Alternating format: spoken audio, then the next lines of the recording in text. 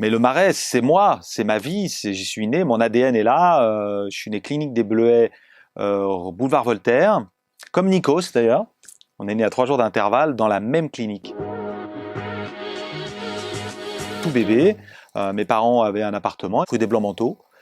Et la rue des Blancs-Manteaux, c'est le cœur du Marais. Hein. J'y suis allé à l'école en face, à la maternelle, ensuite rue de Moussy en primaire, ensuite au Franc-Bourgeois, ensuite à Victor Hugo, Simone Veil, et en terminale, j'étais bon moyen à l'école, donc en terminale, j'ai atterri dans le 13e, mais tu vois, j'ai fait une petite infidélité, mais en tout cas, j'ai pas bougé d'ici, quoi. J'ai vu ce quartier exploser, parce qu'à l'époque, c'était un quartier qui était un quartier plutôt de bureaux, et il y avait aussi à la place du Forum des Halles, il y avait Rungis.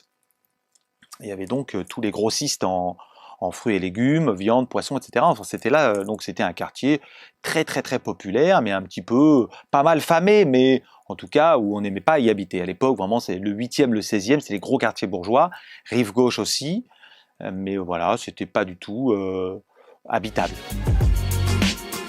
Moi, c'est ma bouffée d'oxygène, c'est mon petit nuage, voilà, c'est mon cocon. Moi, je voyage beaucoup, je fais 100 dates dans l'année, donc c'est génial. J'aime mon métier de DJ, j'aime la musique.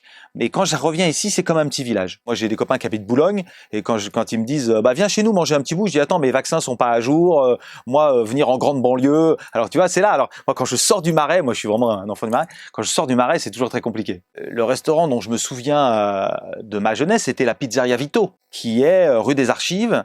En face du BHV, quasiment, c'est toujours les mêmes propriétaires. Donc, ils m'ont vu quasiment naître et j'y suis allé encore manger il y a quelques jours.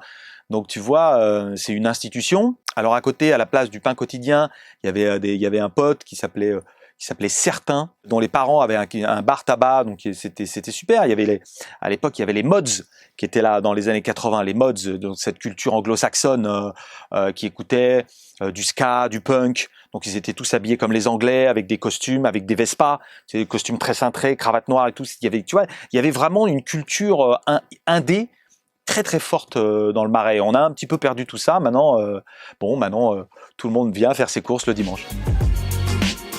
Il y a une personne dont je voudrais te parler, c'est un monsieur que j'adore, qui s'appelle Jean-Claude, qui tenait un Félix Potin. Quand moi je partais à l'armée, je me souviens au début des années 90, aujourd'hui il a un petit salon de thé qui s'appelle Queen Anne, c'est rue Simon-Lefranc, on peut pas le rater, il y a que ce salon de thé là, et il fait des petites tartes, des petites quiches, et j'y vais, c'est une religion pour moi d'y aller, 2 voire 3 fois par semaine parfois, et je me souviens que voilà, il donnait à maman comme j'étais à l'armée, à l'armée c'est jamais très gai, mais il lui donnait plein de petits trucs.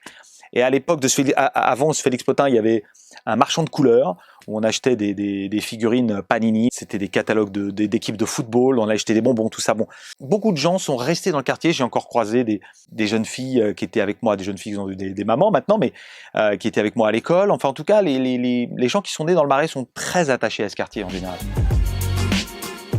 C'est assez drôle parce que les gens me disent bonjour, mais en fait, c'est moi, ça, c'est ma personnalité. C'est-à-dire qu'il y a Bob Sinclair, et puis il y a le petit garçon qui est là depuis toujours, et donc les gens me connaissent depuis toujours, donc ils me disent ah on t'a vu à la télé et tout, mais c'est pas du tout agressif ni rien du tout. Viens on fait une photo, ils ont l'habitude de me voir tous les jours.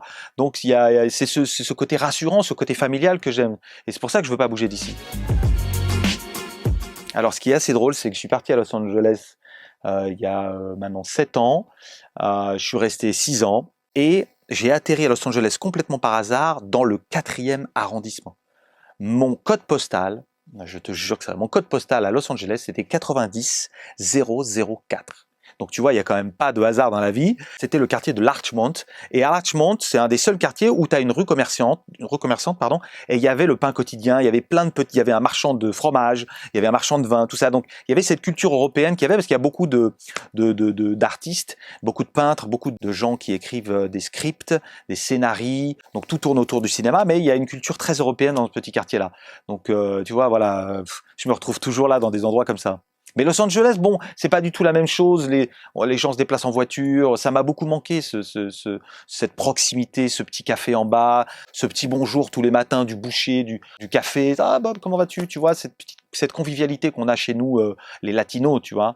Donc bon, ouais, 2 ans c'est drôle, 5 ans ça devient une souffrance. Donc je suis resté parce que j'avais beaucoup de travail là-bas, mais bon, j'étais très content de rentrer. Dans les années 80, Il y a eu cette explosion de la culture gay dans le quartier. Il y a eu les premiers bars qui sont arrivés, et je trouve qu'aujourd'hui on n'a plus ce côté underground. Maintenant, le drapeau arc-en-ciel est utilisé comme un objet marketing par les bars. Alors même si les propriétaires ne sont pas du tout gays, ils utilisent ce drapeau pour faire venir les gens, tout ça. Alors c'est génial parce que ça fait partie de la culture, donc et tout le monde devient égaux, tout le monde se bat pour les mêmes voilà, pour les mêmes choses. Et dans le quartier, je trouve ça génial. Il y a une librairie qui s'appelle Les Mots à la Bouche qui a disparu rue Sainte-Croix-de-la-Bretonnerie, où il va y avoir une boutique de vêtements. Donc le quartier est devenu toujours à la mode, mais le quartier se partage entre les salons de thé et les boutiques de vêtements. Donc bon, ça amène de plus en plus de monde, le quartier est de plus en plus prisé, ça fait monter les prix de l'immobilier, c'est génial, mais on perd ce côté un peu authentique, underground, qui était né avec cette culture-là.